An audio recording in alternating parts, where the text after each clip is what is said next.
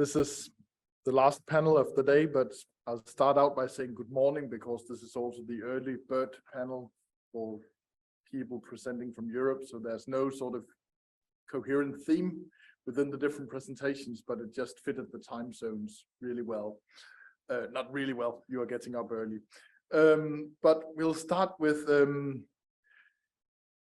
I'm going to limit you very strictly to 15 minutes, so we'll have time for questions after each presentation since you're presenting on quite different topics.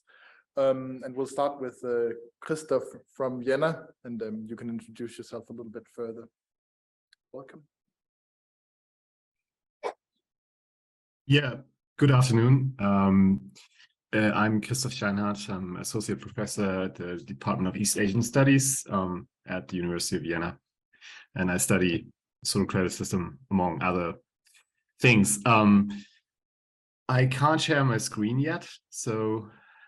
Oh, you need to be made a co-host, and I think it will happen very, very soon. Okay.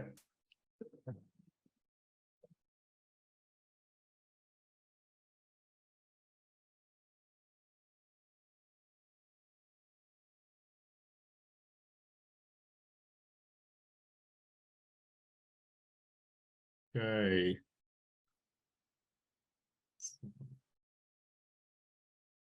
So and I've got 15 minutes for the presentation at most. Yes. All right.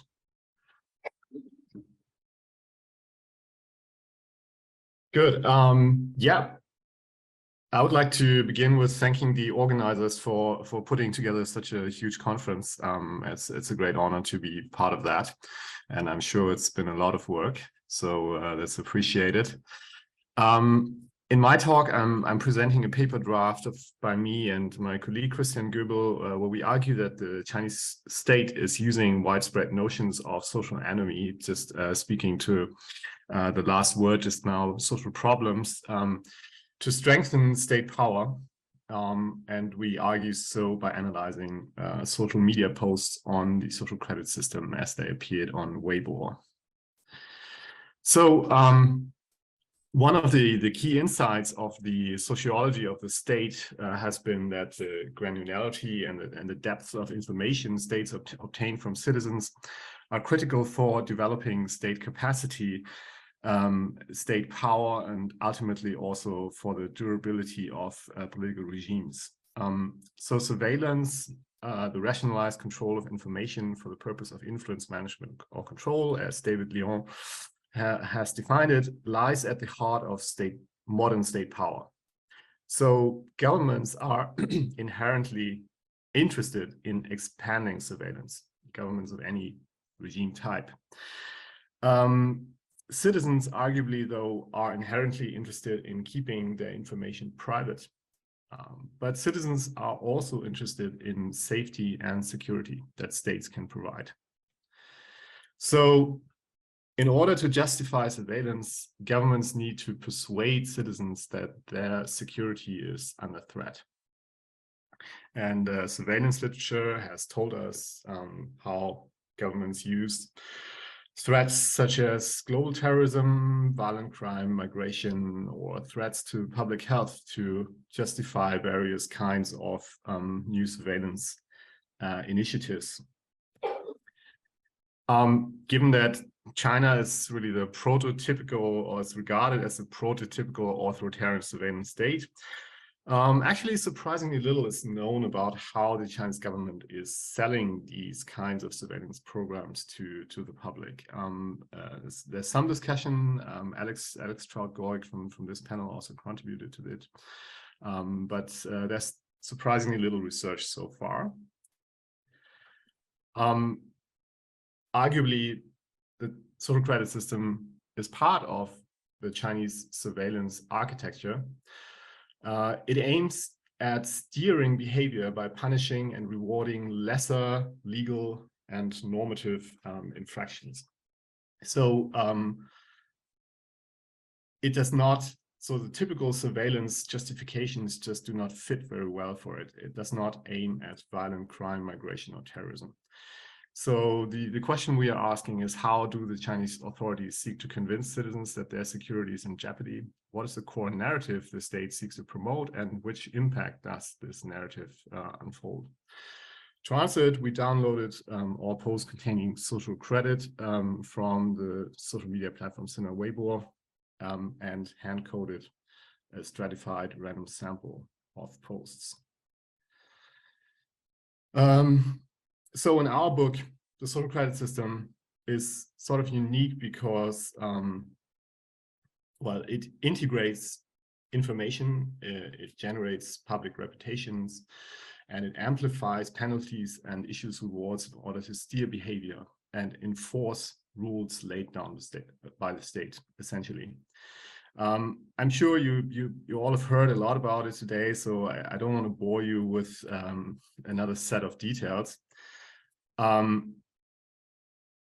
key point we argue is that the social credit system combines legibility, so the ability of the state to see citizens and other social actors, which is the foundation for surveillance and enforcement in one bundle. So that is why expert observers such as Jeremy Daum or Roger Cremeers have argued that it is essentially an extension of the law that seeks to improve enforcement according to state priorities.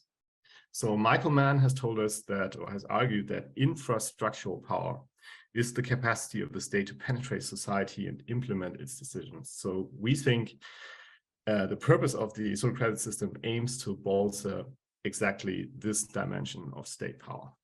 So it's a tool to increase infrastructural power. So back to how to justify it.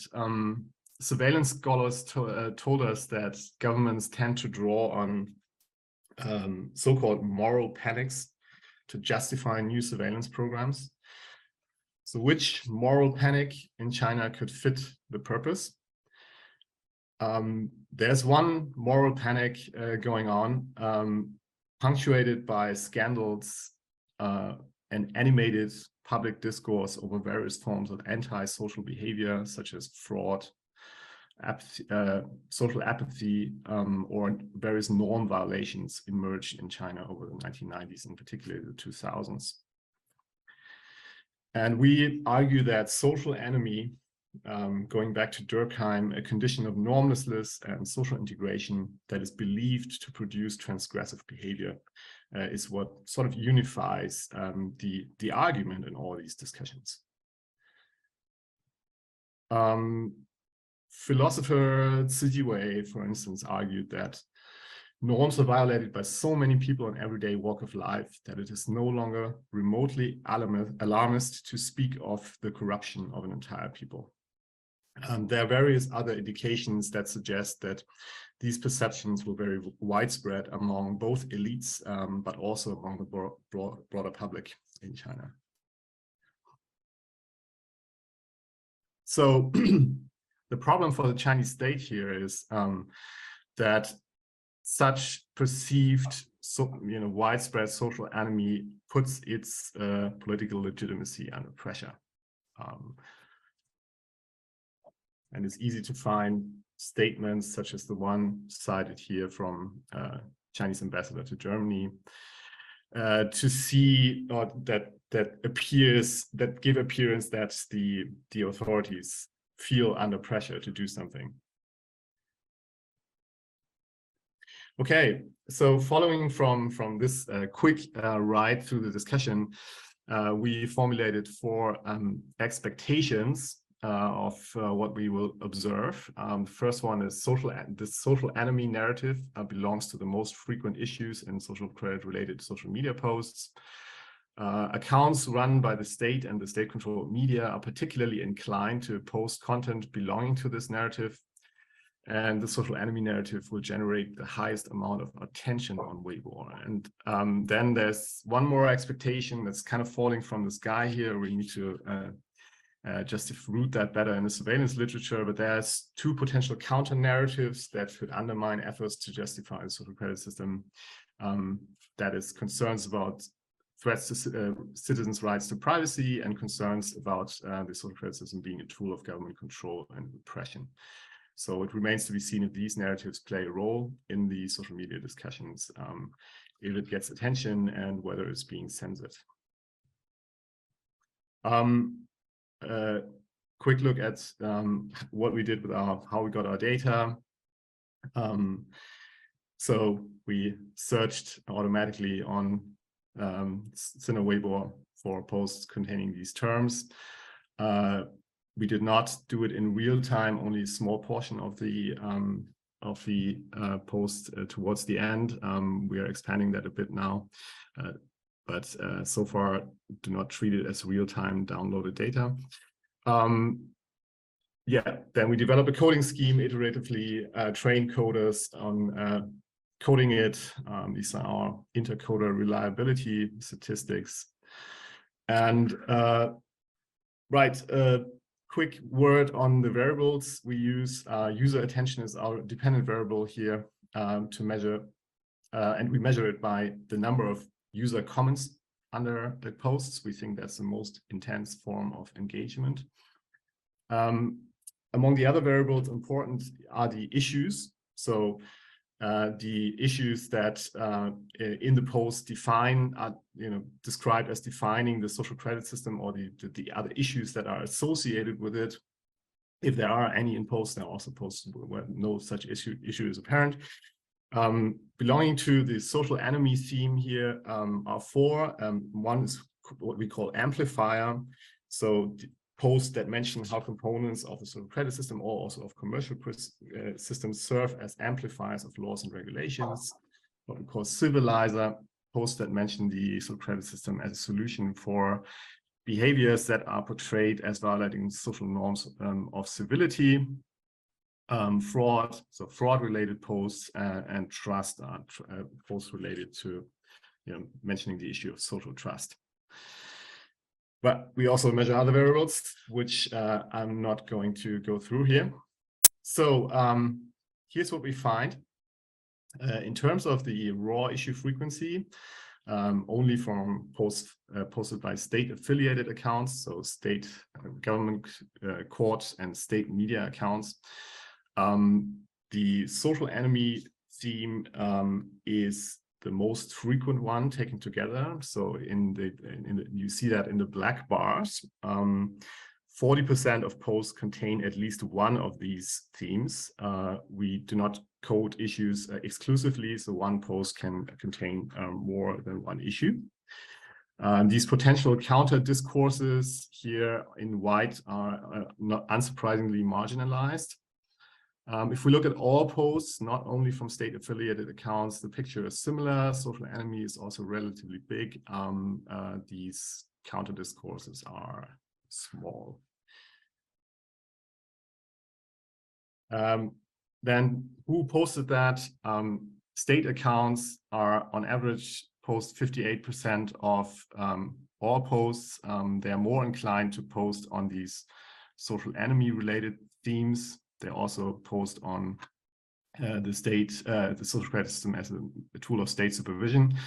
But when it comes to the most commented posts, states are most inclined. Most of these posts come from the state. Yeah. User attention, average user attention, so the average number of comments, particularly for state-affiliated accounts, these social anomie discourses, apart from one here, trust, gets a lot more attention than all the others. For all accounts, there's one surprise here. The counter discourse of social credit system as a tool of state control gets a lot of attention, but this is the result of one outlier. There are only 17 posts of this kind in the data set, and one post, I probably don't have time to go look at that, but it gets a lot of attention and it has been deleted. Okay, we ran regressions, which under control, show that under control of various other factors, these three social anomie related issues are systematically increasing the attention that a post gets on social media, measured in terms of comments. So civilizer, fraud, and what we call amplifier. All right. Yeah. So quickly going into some of the details. After the quantitative analysis, we do some qualitative analysis. Overall, these posts are characterized by being very heavy on punishment. Among the most commented posts are issues where, for instance, the social credit system is used for housing-related or real estate-related fraud, healthcare conflicts, issues surrounding, connected to the so-called Lao Lai. And frequently, but not always, but frequently, these posts get a lot of positive comments. And these narratives are adopted by also by some, citizen posts that get more attention. There are not many, but there are some. And the biggest hit probably for the propaganda system to promote the social credit system was a series of train-related misbehaviors. So the so-called railway seat tyranny that happened, and that was used apparently by state media accounts to promote the social credit system as a tool to resolve these difficult to police kind of everyday normative infractions. Okay, I don't have time to go into the little bit of objections that we also find, and we cannot address the issue of censorship at this moment because we're revising something from this project. To conclude, the Chinese state responds to an influential notion that society is plagued by severe problems of social anomie. These problems put the legitimacy of the ruling party under pressure. The state is trying to turn the tables around by portraying itself as the ultimate arbiter to resolve these problems and rationalizes the social credit system as a tool to protect society from itself. The state seems to have had notable success in mobilizing problems of social anomie and sidestepping thereby questions about its own governance for rationalizing an expansion of power over society. Of course, there's a caveat. Success here is on social media, which is state-controlled sphere of information. Yeah, okay, that's our paper. Thank you for your attention. Thank you very much for keeping time and a really interesting presentation. So we're taking questions for this paper now. If you have any online, you can also put them in the chats. We have any questions?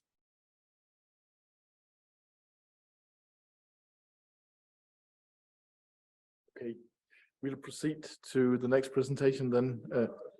Oh, you have a question. I didn't see you. Sorry. Sorry. Hello, can you hear me? Okay. Thank you so much for this fascinating research. I found it really engaging. I just had a question about sort of like maybe a follow-up question to the research that you've done in terms of, I've always been interested in whether there's any variation or any difference in the types of people who are more likely to believe these justification strategies versus people who are more willing to be critical. So I'm wondering if you have any insights on, are there different personality traits? Are there different socioeconomic variables that you think would correlate to people being more convinced by these justification strategies? By which type of, we need to, all of these norms are being broken, our society is declining, are there certain, do you have an intuition, do you have an idea of who might be more willing to buy into that narrative versus who are more willing to stop and question it? That's just a follow-up question that I had, as I was listening to, and I was wondering if you had any insights. Yeah, that's of course something that we cannot gather from social media data. So that's something for which you need to do interviews or run surveys, which we're doing. But yeah, at the moment, well, we just published something in the journal First Monday, where we looked at how people think about governments and companies collecting their data. And we found that, you know, people are very worried about companies collecting their data, and these worries are, you know, that they're going across social divides. So everyone is extremely concerned, whereas people are much less concerned about governments collecting their data. You find a little bit of, you know, those who are closer ideologically to the state, they're a little bit less concerned, whereas those who are ideologically more distant from the state, they're somewhat more concerned about government collecting their data. But still, overall, the concern about government is surprisingly low.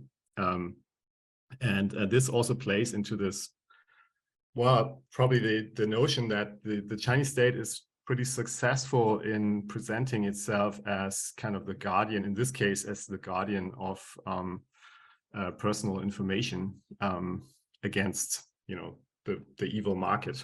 Although it is this prototypical authoritarian, intrusive authoritarian surveillance state. So that's pretty interesting. Yeah, but what kind of people are more receptive to this, you know, social enemy narrative? I'd like to know as well.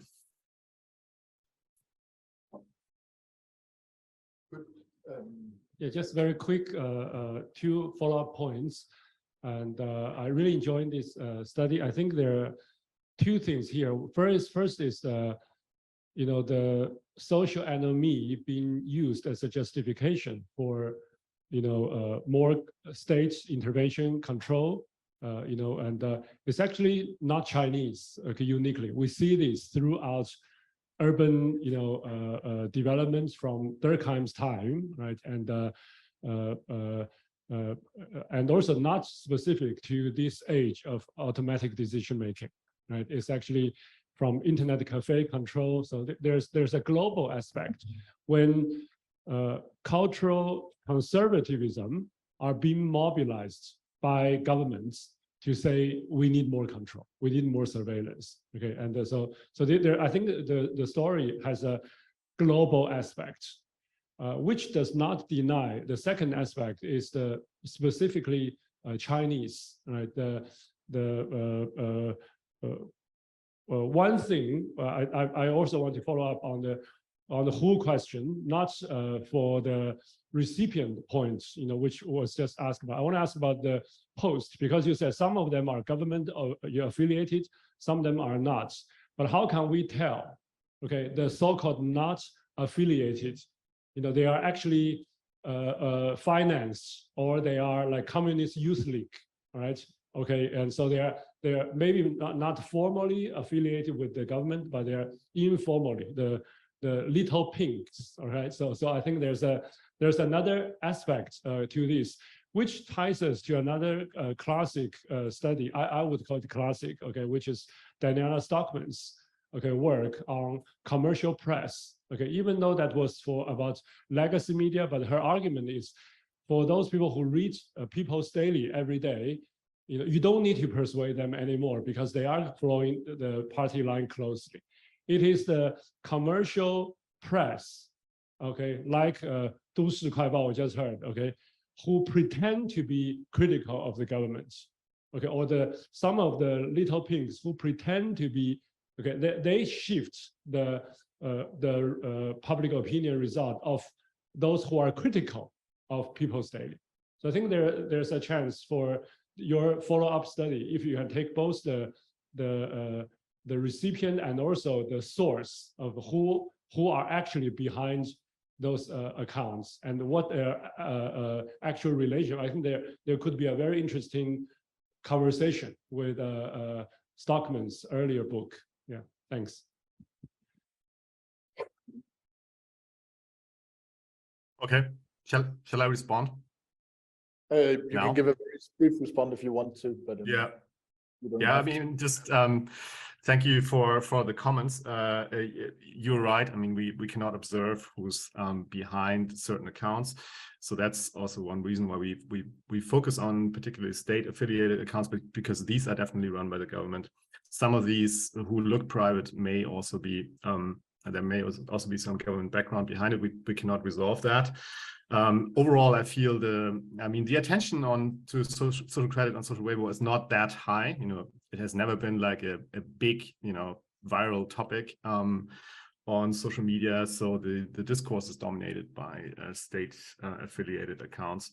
I agree with this global aspect of social anomie. I mean, not by coincidence, Durkheim developed this concept during the stage where Europe was going through these, rapid modernization processes that China is undergoing now. But arguably, at least in research, I have not come across someone who found that this has been used as an argument to justify surveillance. So that is sort of the thing we're trying to highlight. And yeah, those who are critical, that could be a very important variable in survey research, right? To look at what kind of media are people consuming, and then to see if that has an impact on their acceptance of, for instance, what the other question I was just mentioning, the acceptance of these kinds of narratives. Yeah, thank you. Thank you very much, Roger. That will be 2 words. Yes. Very brief. I always have a little bit of an issue with the surveillance literature, and you seem to repeat it a little bit, where they sort of seem to imply that surveillance is always seen as non-legitimate and somehow needs to be sold to the population. There's sort of false consciousness argument there. But what if that isn't the case? What if surveillance doesn't always need to be sold, or that at least part of it corresponds to a real need, in the way that, if someone might be trying to sell me a particular kind of food, but I need to eat, right? Yeah. If those words was a 2-word question, then you have a 1-word answer. The answer is thanks for the comment. I'm gonna think about it. Okay, good. Thank you very much. And now we are moving on to from Austria to Switzerland, I guess. And Christine Trémon, are you there? Yes, I'm here, but I'm actually in Paris, so welcome to my kitchen. The email address was a little bit unclear, but you are in Paris. Good. Yeah, good. Please. So shall I share my PowerPoint, or will you do it? You will share them.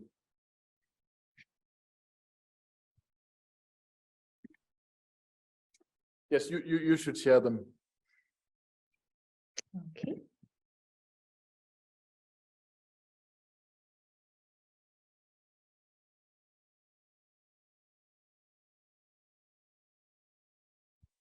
So here you go.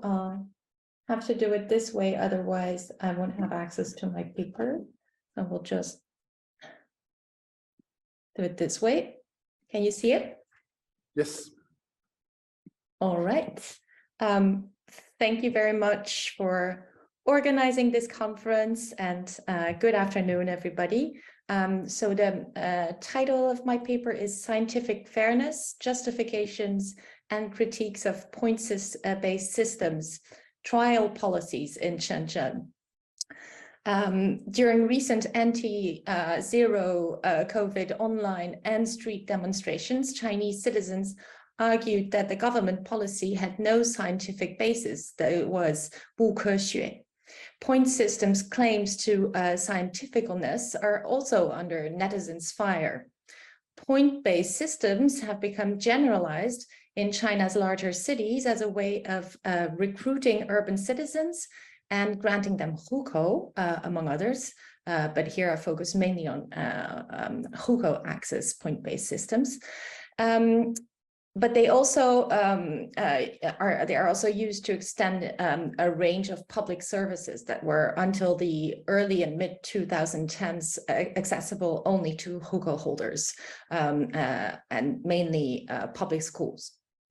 So the point-based channel initially extended the possibility of hukou acquisition to people who do not fit in existing categories of hukou acquisition, but have lived and worked in the city for a minimum number of years in the name of promoting the citizenization, the 市民化 of migrant workers, and based on an implicit right to the city logic according to which people who have long made contributions to the city where they live should be granted hukou.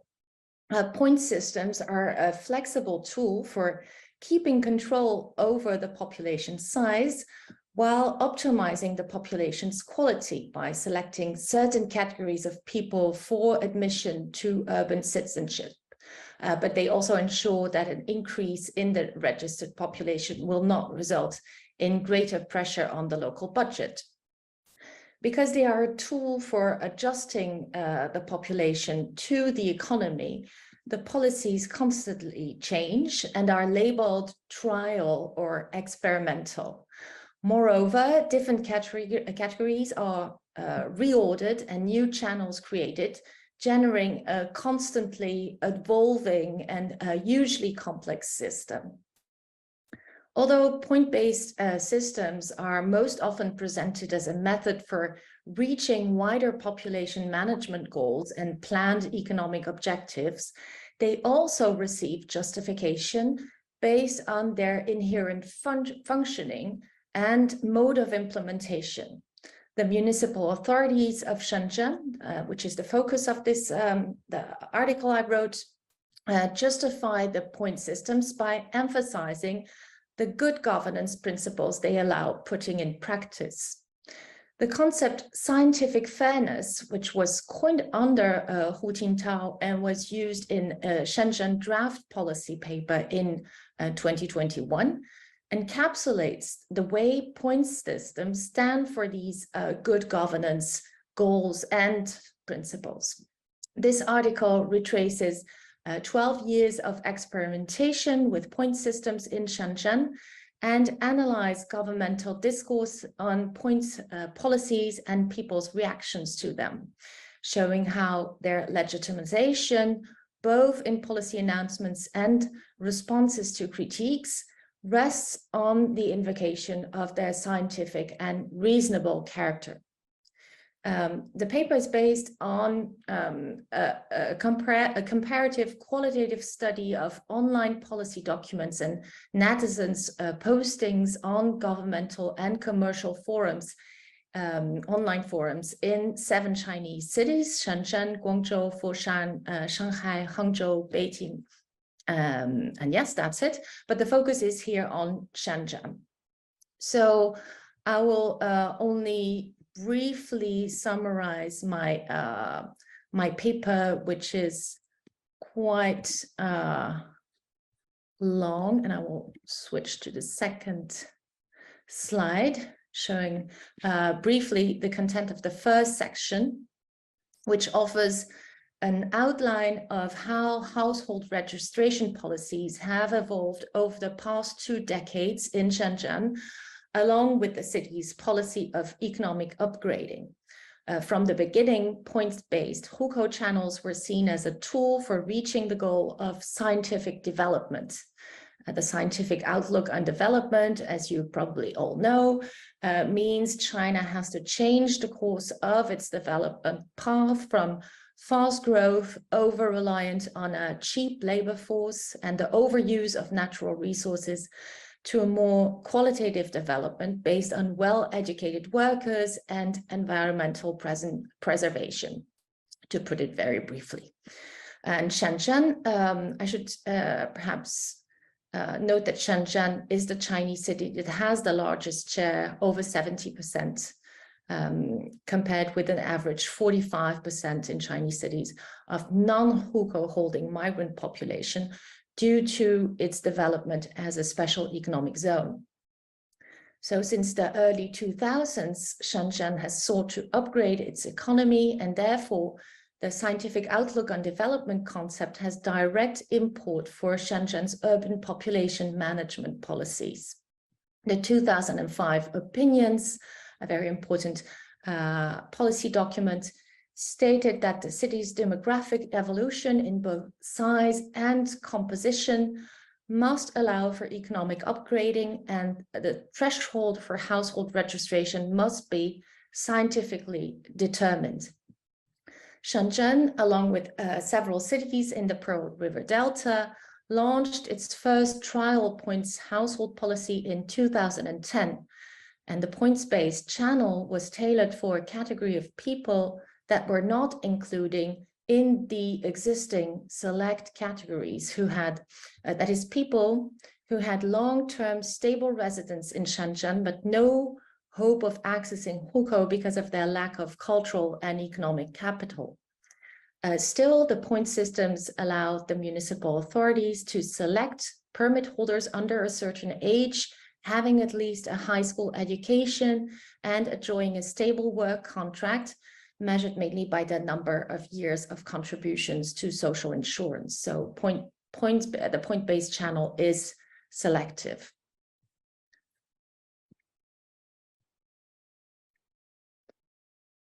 Now, the second section unpacks the meaning of the scientific character attributed to point-based household registration systems.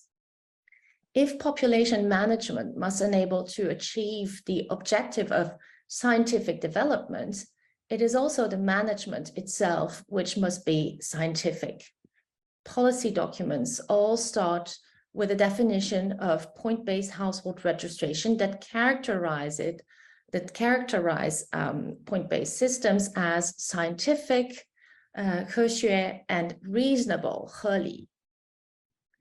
Reasonable means first, what is correctly planned to avoid disproportions between population and resources. And second, reasonable also means fair or equitable. So to speak of reasonable in this sense is mostly legitimizing rhetoric, but it is also partly an injunction to lead a reasonable policy. The scientific and reasonable character of point systems ensures their objectivity and impartiality. The quantitative treatment of the applicants' data and their ranking based on their numerical scores is also presented as scientific in the sense of fair, that is, ensuring an equal and impartial treatment of candidates.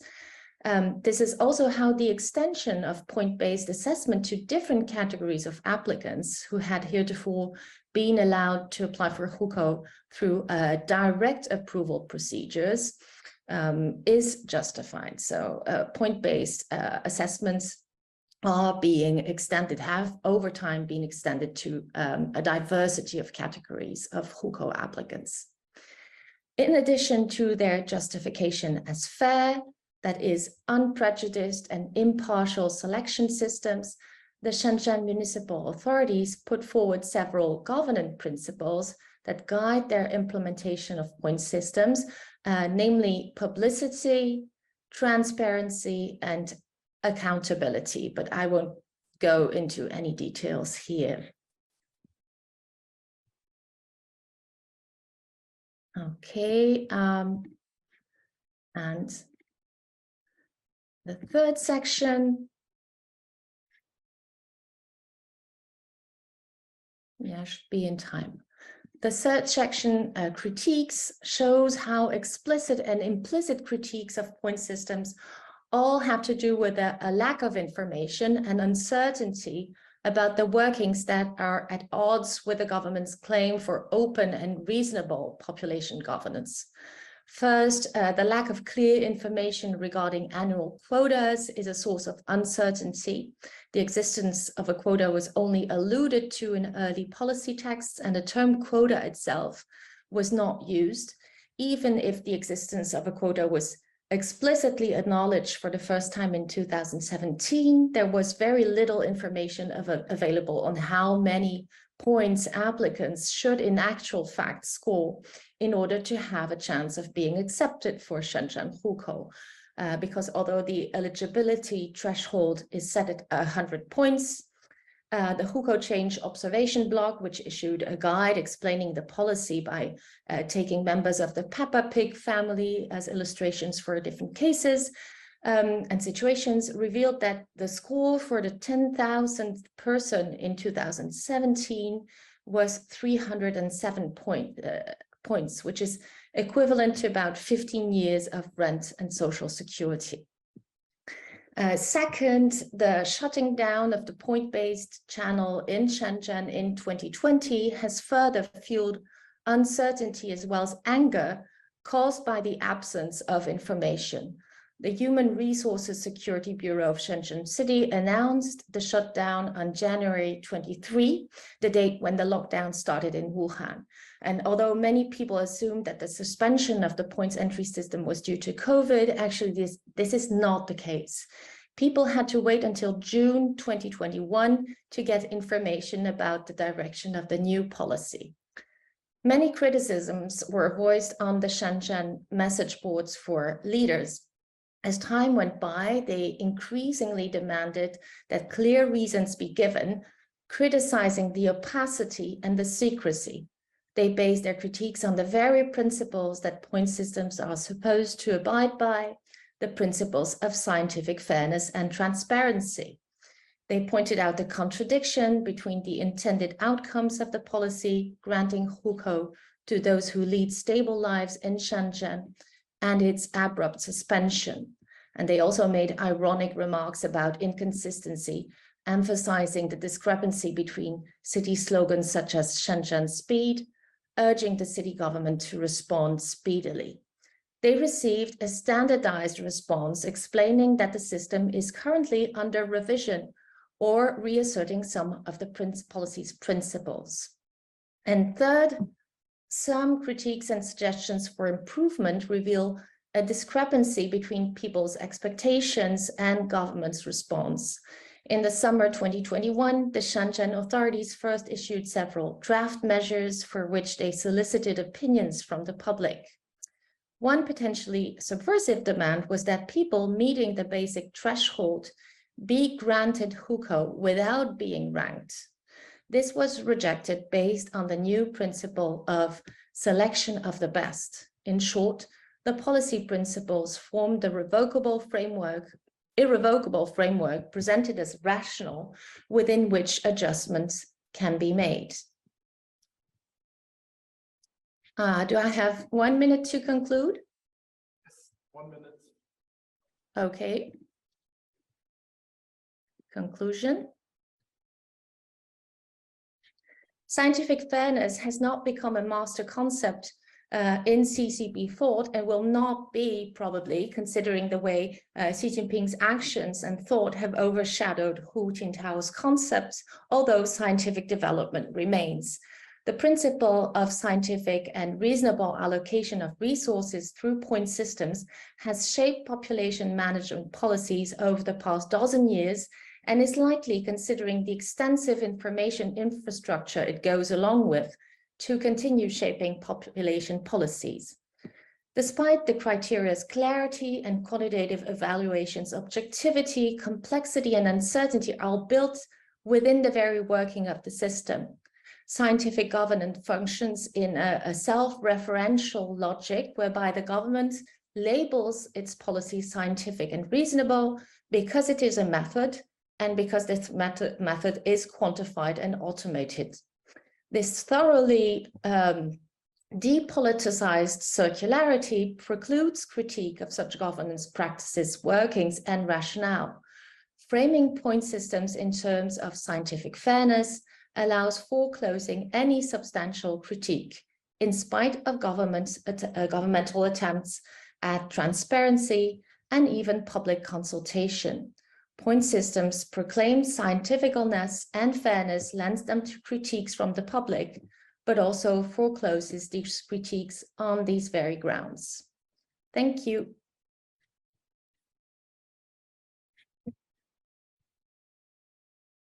Thank you very much. And I think this time we'll stick to short questions. Anyone? And also online. Okay. Then we'll move on, which is a good thing, so we can get on in the program. We have Alex Trauth-Goik and Philipp Immel ready for the next presentation. Which one of you will be? Yeah, that would be me. So I'll go ahead and share my screen.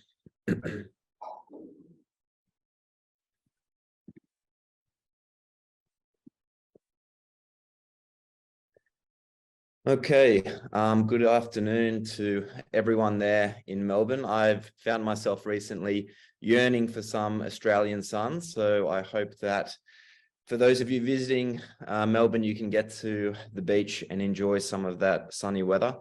My name is Alexander Trauth-Goik. I'm a postdoctoral researcher at the University of Vienna, and I'm presenting on behalf of Philipp, Immel, and our paper, a qualitative analysis of citizen interpretations and engagements with state, commercial, and peer-to-peer forms of surveillance in China.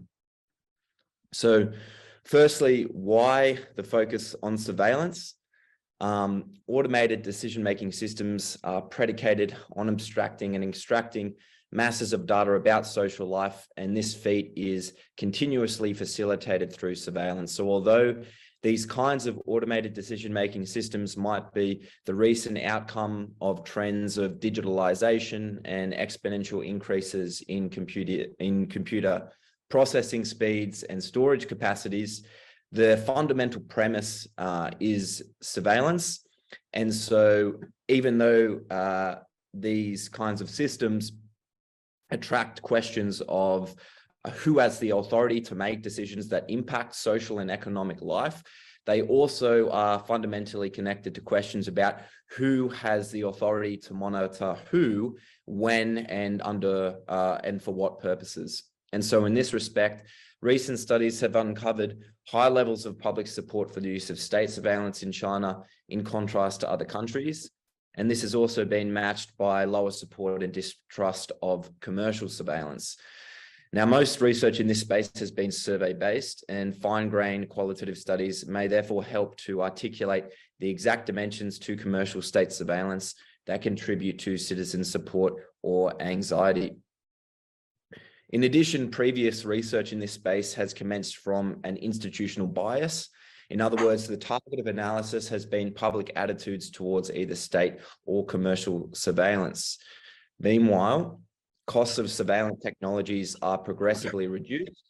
There's increased public uptake of surveillance technologies and their logics. So think of the smartphone in your pocket, home safety devices, biometric self-monitoring technologies, etc.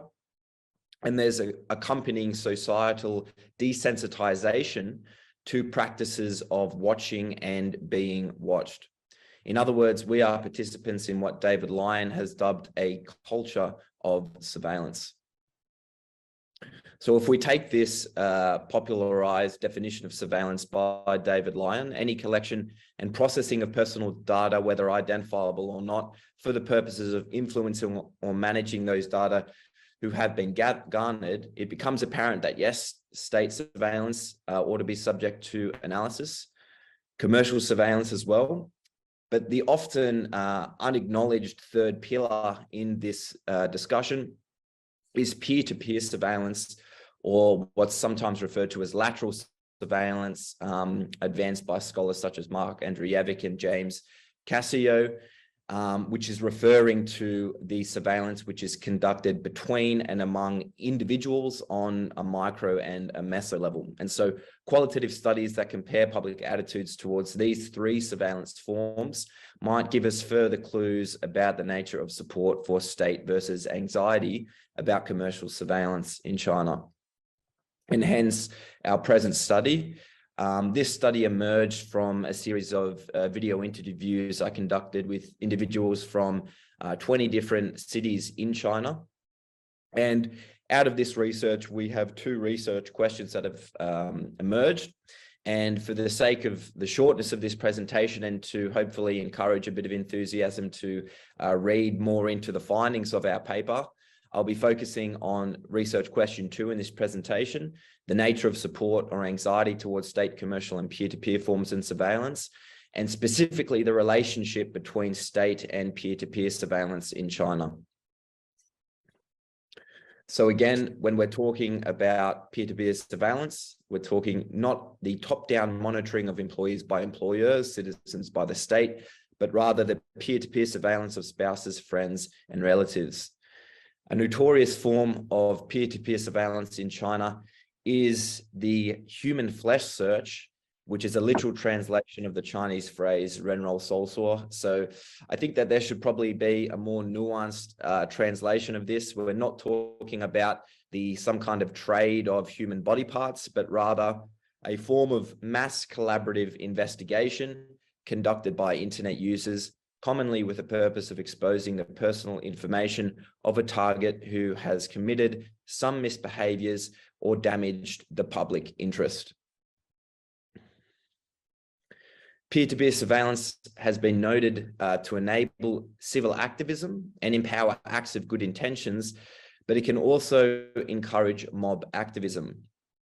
And a good barometer for gauging people's sensitivity towards different issues in China, I've found, anecdotally speaking, is to look at what kind of internet memes are being circulated online. And there are a lot of internet memes that refer specifically to ren rou sol suo. Participation in human flesh searches are subject to few restrictions and no limitations on membership. Large collectives form to persecute an individual for perceived wrongdoing, demonstrating the empowerment of regular citizens does not necessarily lead to equal power distribution. Privacy intrusions, threats to physical well-being, and humiliation are often justified by an emotionally charged segment of the public, and this public is highly prone to amnesia concerning prior mistakes committed during the course of investigation. And this is also reflected in some of our interview findings. For example, Mrs. Jia from Beijing told me that nowadays all our information is public. As long as someone wants to know your information, it's actually quite simple and not too difficult to attain. Or Mrs. Tang in China, if people do bad things, they will be exposed. We call these human flesh searches. Even if someone is doing something wrong, there should be a relevant law or some formal punishment. Digging up all their information and then people judging or personally attacking them is really violating their safety and privacy. So I don't agree with this trend. Turning now to the overlap between the targets of peer-to-peer and state surveillance. Well, we know that government-facilitated projects that aspire to integrate ADM into their functionality, such as the social credit system, seek to punish legal and moral transgressions, thereby helping to civilize society. And these imperatives are often shared by members of the Chinese public, as evidenced through their participation in human flesh search surveillance. Between 2012 and 2018, we saw some notable changing patterns in the conduct of human flesh searches, where prior to 2012, the focus was on exposing government corruption and punishing corrupt officials. And this has shifted towards a focus on exposing acts of sexual indecency and also exposing and punishing people for committing uncivilized behavior in public spaces. And this is borne out in the research of Huang from 2021, who showed that political changes influence the type of justice seeking which is pursued via these activities. So for example, if you can see here, human flesh search cases targeting government personnel for abusing public power and resources sharply decreased in the years following the official anti-corruption campaign led by Xi Jinping. And that prior to 2010, exposing and punishing uncivilized behavior rarely featured, but between 2012 and 2018, this category surged alongside cases targeting sexual offenses. And in fact, human flesh search cases against regular civilians between 2012 and 2018 experienced a more than twofold increase. So the types of behaviors participants commonly earmarked as uncivilized were things like cutting in line, littering, open spitting in disregard of surrounds, quarreling in public places, and talking loudly on the phone. Roughly half of the participant base expressed that enforcements against uncivilized behavior is weak in China. And you can see here some of the descriptions that participants gave. Mrs. Liang, who told me that harsher penalties covering a broader array of uncivilized behaviors was needed to scare people into restraining themselves from acting in this way. Others lamenting that there's moral pressure on them, saying it's not good for you to cut in line, but that there's no law about this. We don't have any law in this area. And an interesting case where an individual equipped themselves personally with surveillance cameras, Mrs. Fong, who was saying that after I moved into the suburb I'm now living in. The first thing that I wanted to do was to install surveillance in the hallway. A lot of people are motivated to install surveillance themselves. And for me, there is no harm in installing surveillance because I'm not going to do anything bad. It's the kind of bad people you prevent by installing surveillance. Now, what's interesting is when you contrast this with recent studies, survey-based studies that have been conducted on public opinion towards Chinese social credit systems, including their punishments and the nature of their surveillance, the most supported forms of or targets of social credit system surveillance are for behaviors that interviewees described as uncivilized. And in fact, we also had several participants who thought that the primary aim of the social credit system was, as mentioned by Christoph in his presentation, to control these kinds of uncivilized behaviors in public spaces, these fights over train seats, and people quarreling in public and behaving badly, for example. Now, methods of justice seeking have also become more institutionalized. Prior to 2011, doxing, publishing visual evidence, and harassment, both cyber harassment or wangluobaoli, as well as physical. Between 2011 and 2017, reporting cases to relevant institutions became a preferred means of resolving cases. And in 2018, this became the most popular means of justice seeking. So it seems as if the Xi administration's corruption drive, the establishment of official channels for reporting socially transgressive behaviors, and intensified ideological work, which has emphasized improving civility online and throughout Chinese society, have impacted the nature of human flesh searches in China. Although broader technological developments also likely contributed, given that the early 2010s is when social media went mobile in China, which would have increased the number of uncivilized cases that citizens could document and share.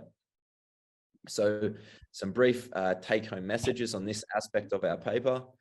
Where state surveillance was perceived by our participants as routine, unavoidable, and common sense, more recent trends of commercial and peer-to-peer surveillance are newer, more salient to individuals, and thus more concerning. The targets of state and peer-to-peer surveillance overlap, although it appears citizens place more faith in official solutions as a means of addressing social anomie, while sensitive to the harms posed by peer-to-peer surveillance. And we acknowledge that this study was limited by a very small sample size, and thus quantitative studies are needed to tap and measure dominant attitudes towards peer-to-peer surveillance to evaluate how patterns of justice seeking through human flesh search have changed since 2018. Thank you very much.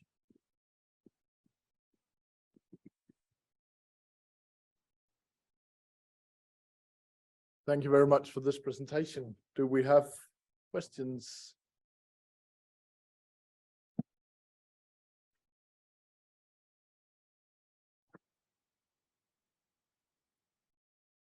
No, we don't. Okay, then we'll move on. Lena is, I think, now I need to check the program. Lena Wassermann is the next presenter. And did you become a co-host again, Lena? No, you didn't. You will soon.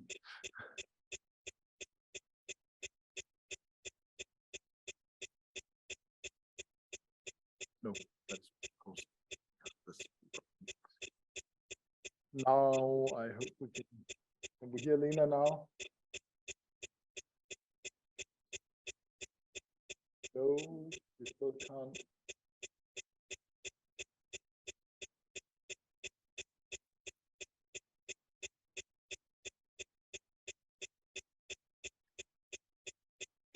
No, she's not muted, but we can't hear her.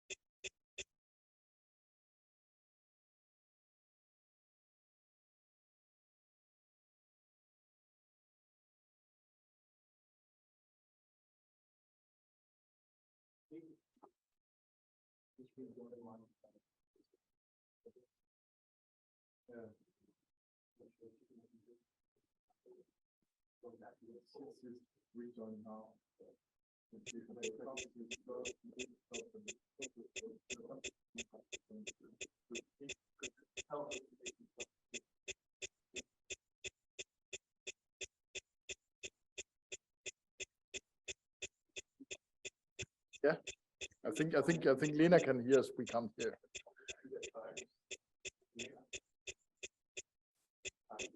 You can hear her, but we can't hear her.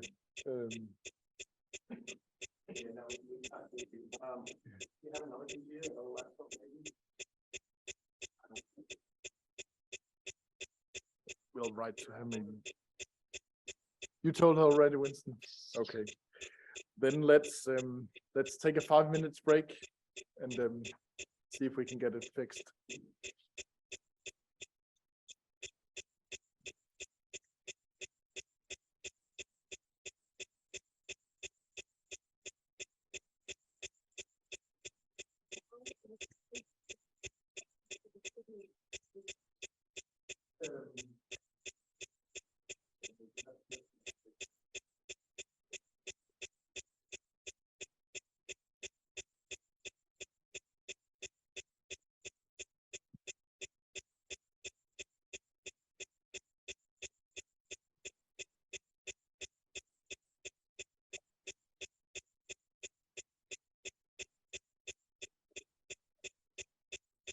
Yeah, they are there.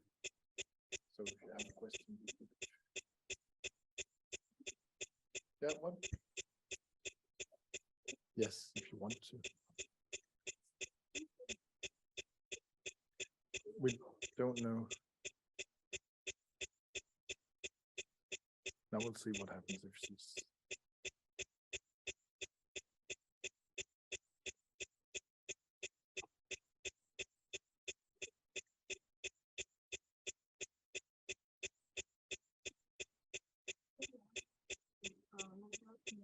Yeah, I mean, Winston has done that. I think people are asking her to sort of deal it and fix it in different ways.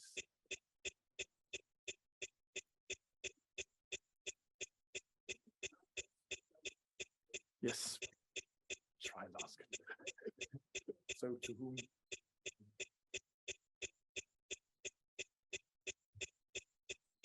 Yes, let me know that we can have some questions to the other speakers while we're fixing the tech problems.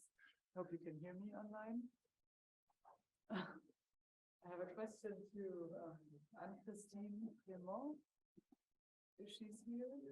I'll check if she's still here. Maybe not. She is. Hello, everyone. Can you hear me now? And I was just a very open question, just wondering whether Lena's there. Yeah, I hope you can hear me now. Then we'll continue once people are I'm back. really sorry for this inconvenience. I'm connected with a LAN cable because this has happened to me before, and I don't know how this is still happening, but if it works like this, I'm really happy. It works. So I will. Can you share your presentation or in this format? I'm not sure if I can share it from my phone, to be honest, but maybe the good thing is that I sent it to you yesterday. It would be great if you could share it, maybe. Can we do that? Thank you so much. So.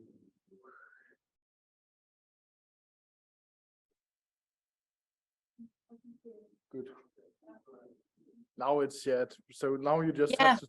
Then we have to switch slides and stuff like this. So.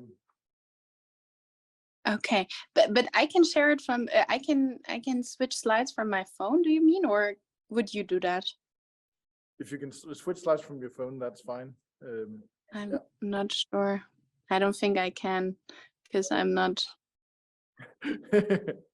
authorized. But maybe I could just indicate with a next slide, please. Exactly. Yeah, that would be great. Okay. Well, Good afternoon, everyone. My name is Lena Wassermann, and I'm currently doing my PhD at the Chair of China Business and Economics at the University of Wurzburg. And yeah, now I would like to thank the organizers even more for this inconvenience and still putting up this great conference, and the chance for me to present our draft paper written by my colleague Theresa, Krause, and me on the impact of the social credit system on foreign companies using the case of German firms. Next slide, please. Oh, that's still, okay, then next slide again. Yeah. As you have heard a lot of the social credit system today, I will spare you the details, but so far we can say that academia has often focused on the social credit system initiatives targeting individuals, and as such portraying the social credit system as a sole tool for surveillance. And by saying this, we do not mean that the social credit system does not have the potential to be used for surveillance, and there definitely is an overlap between the social credit system and the CCP aims for surveillance. But the surveillance state in China would also exist without the social credit system and has done so before. And besides this element of the social credit system, so this surveillance element, the corporate arm of the social credit system, which targets national and foreign firms, also fulfills economic tasks, as it contributes to a response, or yeah, it constitutes a response to an inefficient market and thus tries to solve long prevailing economic problems threatening China's further economic growth. And these narratives that we see here are, next slide, please. On the one hand, that there's this alleged lack of trust across Chinese society that we have heard of today before.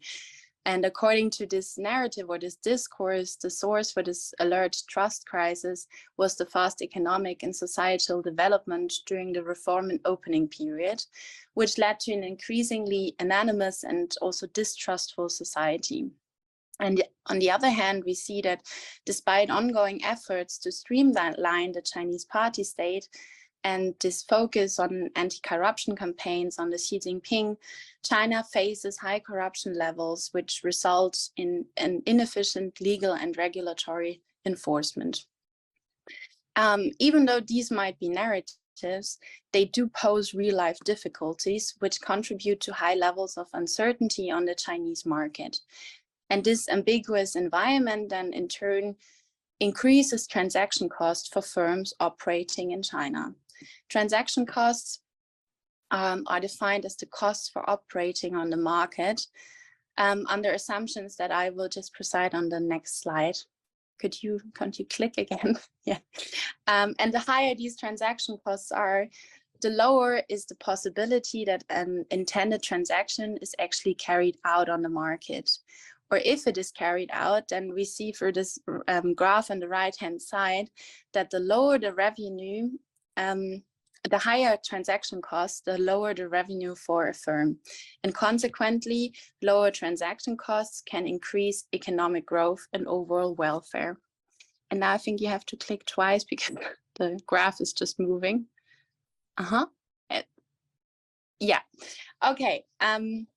Maybe you already clicked through exactly because I intended this to be a bit more interactive, but now I think it's easier if you can see the whole thing.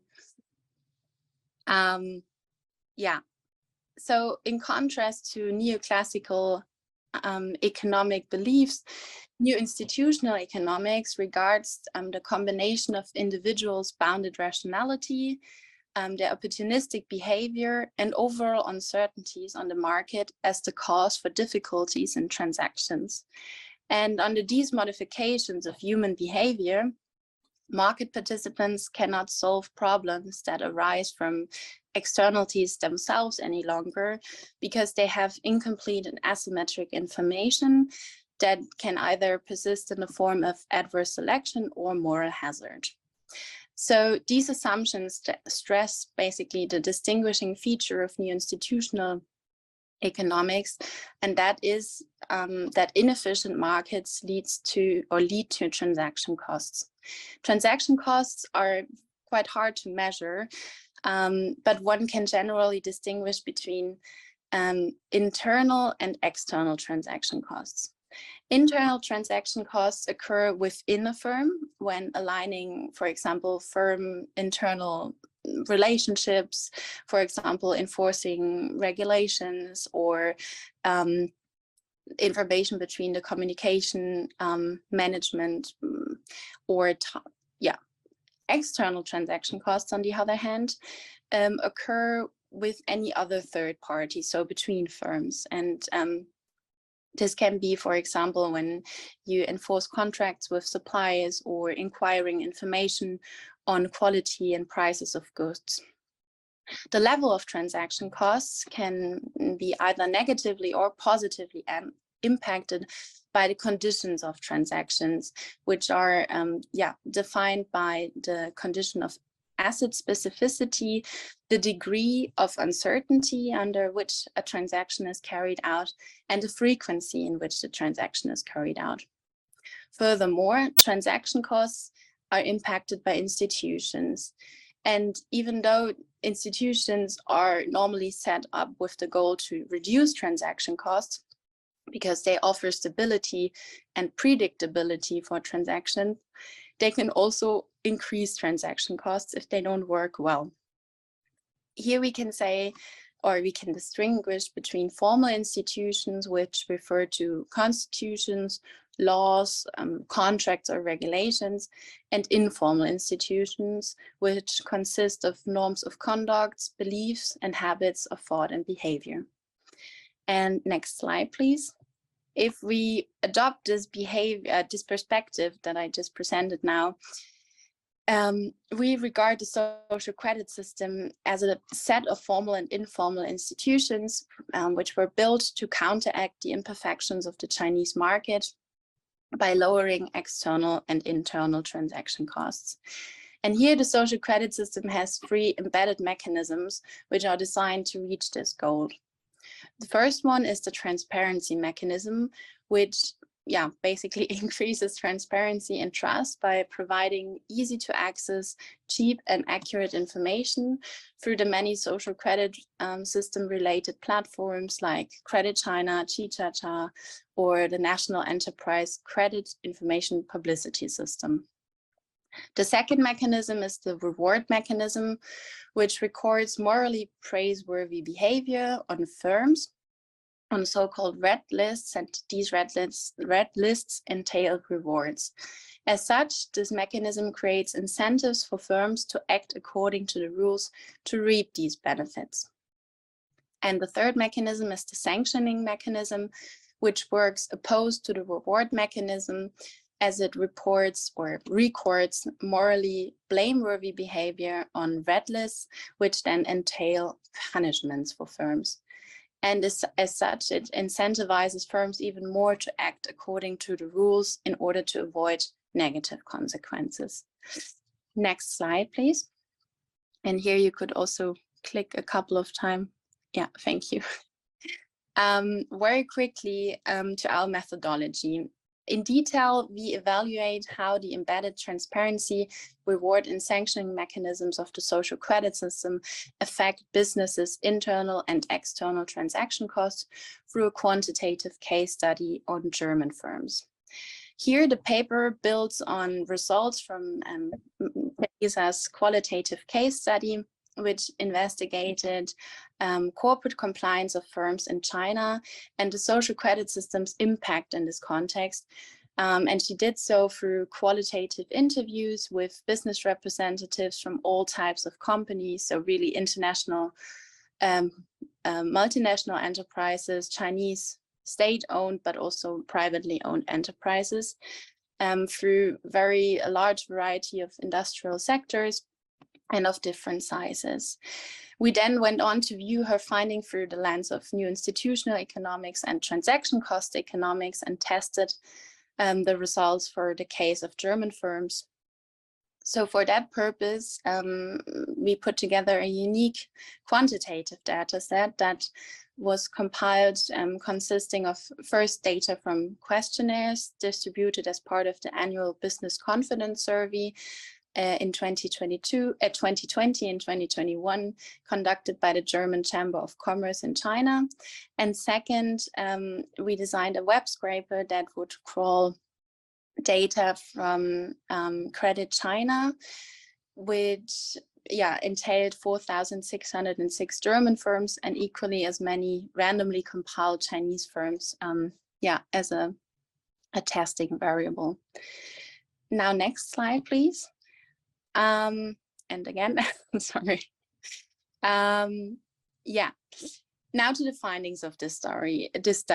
Regarding the general impact of the social credit system, revealed two findings.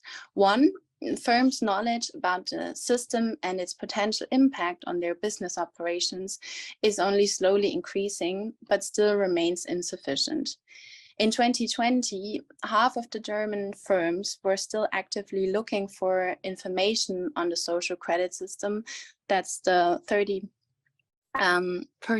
in green, or believe that the social credit system is not relevant for their company. Still 17% here marked in orange.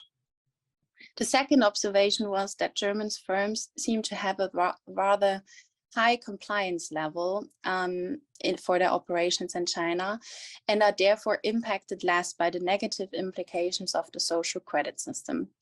According to the web scrape data from November 2022, only 7 German firms from the sample hold a negative status, so a punishment status on Credit China.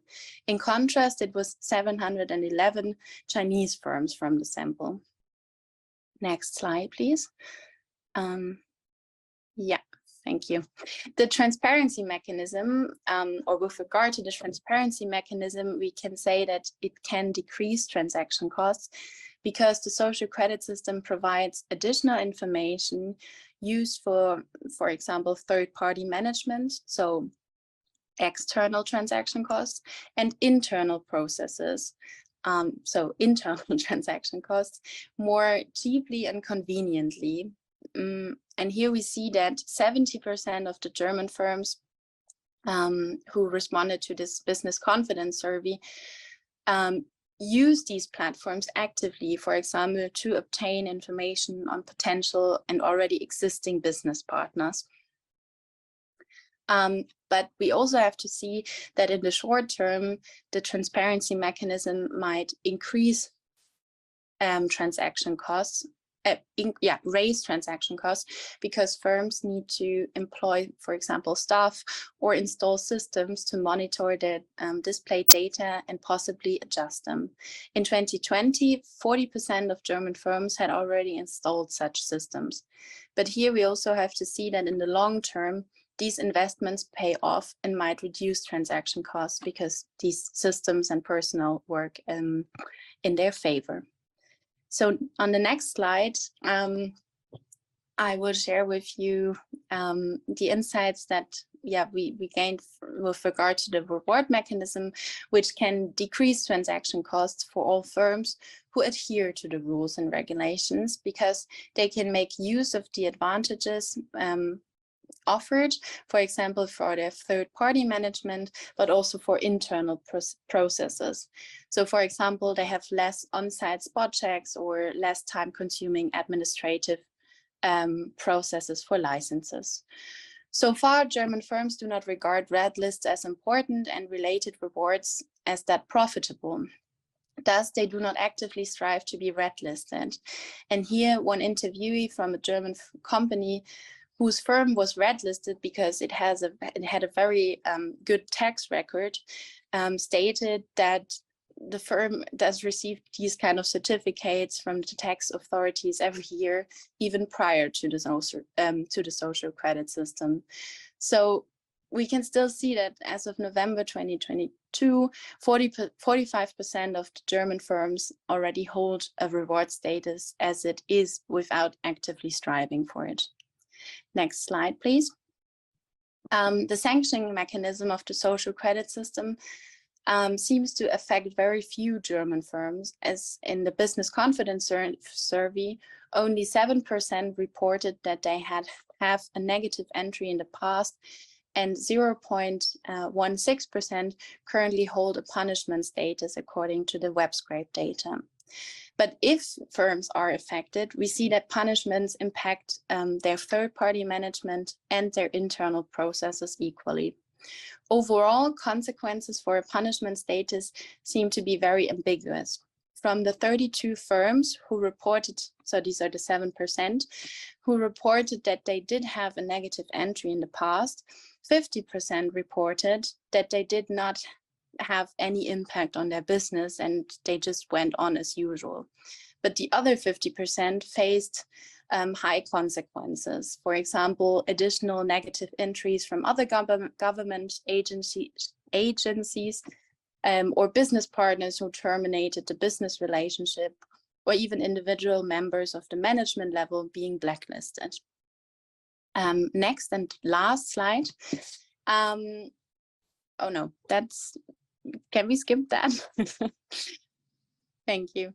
Yeah, to just conclude and maybe to take away from you, we can see that the findings corroborate that the impact of the social credit system on firms in China, as they were identified by Theresa in her qualitative study through a larger sample, and it shows that the social credit system indeed changes the rules of doing business in China.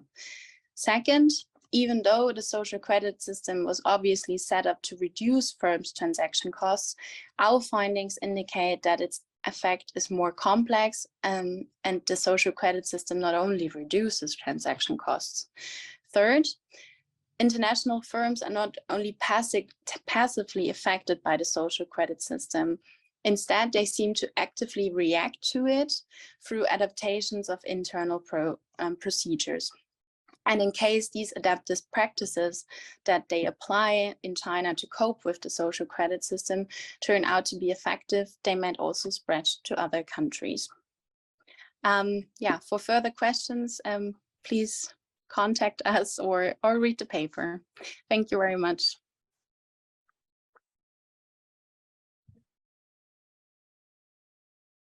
Thank you very much.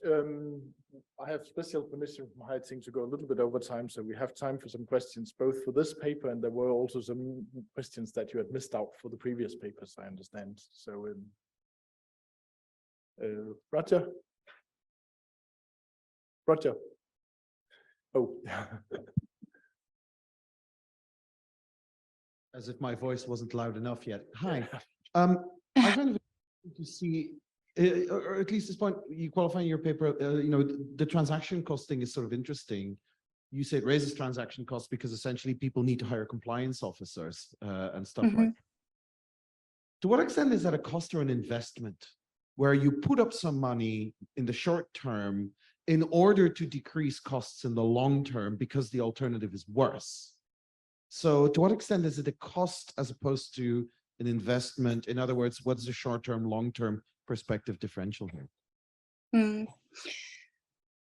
Well, maybe we have to see here that in the short term, obviously, it is a cost because most firms already have compliance officers and already invest in this field heavily, especially international firms. But as the social credit system is often still quite complex and is a moving target whose rules and regulations change currently or constantly, obviously if this is a task that requires a bit more effort than other processes who have been running in this way for a long time. But I totally agree with you that in the long term, these first-hand investments might pay off, but then we have to see, does every firm manage to stay in China? Because what we also saw is that these negative consequences, if firms are affected, can be quite heavy, and there is obviously the possibility that firms might drop out of the Chinese market. Probably not solely for these reasons, but it is a risk factor for their operations. Maybe I can add one sentence to that. It's also, I think, depends on which type of company you look at. So if it's like a really big international firm, they can probably afford a slight increase in compliance costs related to the SCS, and it proportionally doesn't increase the transaction costs too much, so you could see it as an investment. But what we also saw is that especially small and medium-sized companies are struggling, that don't have that much buffer to invest in money in these kind of topics. I know, Marianne, you had a question for Christine. I don't know if there are any more for this page. Then, okay, you have one more, and then, yeah.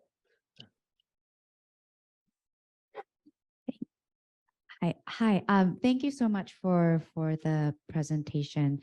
Thought it was super relevant and really important information for a lot of stakeholders, particularly these German firms. But I wanted to follow up on this last point in terms of, this cost versus investment debate. But I was wondering, what I found really fascinating is that 45% of German firms are already on these red lists, these good lists. And so I'm wondering whether there really is a very high cost that these German firms are paying, right? It seems that even without knowing about it, even though according to the business survey, it's not very salient, still we're ending up with a little less than half of German firms being regarded quite highly, according to the corporate social credit score system. And so is it really sort of a cost if A, you're not very aware of it? So you would have to first be aware of it to sort of think that you need to strategize for it. And then B, you find out, you become aware of it, you do some digging, and then you find out, oh, actually, we're quite good in this regard. We're not being punished at all. Actually, we're being praised. And only 7%, right? Or actually in your web scrape sample, it was 0.16% of German firms, so less than a tenth of 1%, right? Is that the math? Yeah. Yeah. Are being targeted. So is this really a very high transaction cost for German firms? I can imagine it being high for Chinese firms. That is exactly the point. What was quite interesting is that, I mean, we started with this research and with the idea in our mind that as the compliance and as this Theresa's findings show that in the qualitative study already, that especially multinational firms seem to have higher compliance levels already in their home countries, but then also if they move to other countries abroad. And so for them, it seems that the social credit system, is paying off basically, because they, they do what they do normally, but now under the social credit system, they can reap benefits for it. And here again, the difference is basically between, or the biggest difference is between the size of the companies. So big multinational or even big German companies with a lot of staff and personnel and hand and experience in the market, they mostly land on these kind of red lists. So the 7 or the 0.16 firms, which are 7 firms from the web scrape sample, they are mostly small-sized enterprises from Germany. And I really agree with what you said. I just want to raise that I think despite the fact that it's a low number that is on the blacklist and a high number that is on the red lists, I think what makes the story more complex than the SCS just reducing reduction costs is this uncertainty that companies, especially foreign companies, feel in the face of the system, right? So even though we see in the data that they don't have to be very much worried about it, they are. So they install these additional mechanisms, even though they might not actually need them, but because they are worried in this ambiguous situation of constant changes of the SCS and uncertainty of what the SCS actually does. this is something that might go down in the long run if the SES is more stable and they kind of get used to it. But at least that's what we see now, I think. So it's not just the actual effect of the SES, but also the perceived risks or uncertainties related to the SES that impact the transaction costs here.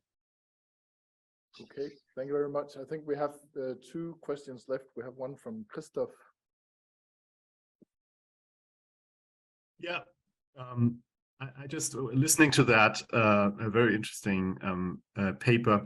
I just thought if you want to submit that to a journal, I think you need an argument on what is the case status of German firms, if you don't have it already, because you just mentioned these are sort of most likely cases of being compliant.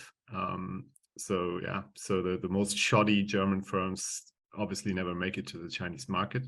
So what are the insights gained from looking at these kind of most likely compliant cases? I'm sure there's an argument to be had. And I put in another comment in the chat. Thank you so much. Yeah, I think we'll move on to Marianne. You had a question to one of the previous presentations. Others can go first. I was just wondering, when I listened to the Anne-Christine's presentation on the different ways to get HUCOs through point-based systems, I was wondering whether you encountered any of these point-based systems for people who have no HUCO in urban areas. Because I encountered some programs, like, for example, in Hangzhou, there was a program for migrant workers who, if they had a very good social, or like a good social credit standing in that particular program, they were allowed to send their children to the urban schools, like not to the migrant workers schools, but to the to the regular schools of Hangzhou, and other perks. And I was wondering whether, and that was also a point-based system, and I was wondering whether you encountered any of these systems too. So like beyond the just getting HUCO or not, but like, yeah. Christina, I don't know if you're still there. I'm here. Yes. Thank you very much for the question. Yes, actually the research, I didn't mention it during the short presentation this morning, but actually the research does include also point systems for accessing public school places. Now, the city in the city that I know best, that is Shenzhen, there are actually these point systems are run at the district level, and it doesn't what emerges from the research is that in mid-sized cities, actually it's quite easy to get a school place without having HUCO through these point systems. Actually facilitates. In Shenzhen, however, it has actually made it harder for some categories of migrant workers without HUCO.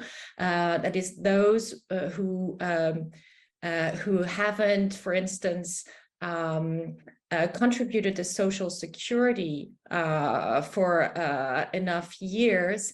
The sudden start of these point systems for accessing school places has excluded many of them, especially, for instance, small entrepreneurs, small shopkeepers who didn't actually, who had relied on their business license to access a school place in a public school. Suddenly, they couldn't access a school place anymore. So yeah, I'll stop here, but I can send you the longer paper if you wish to. And I have published a few papers on this already on accessing school places. Thank you. The paper to Marianne, so you have a deal here. So thank you very much. I don't think we have time for more questions. We have gone over time now, but thank you very much. And I think the next step is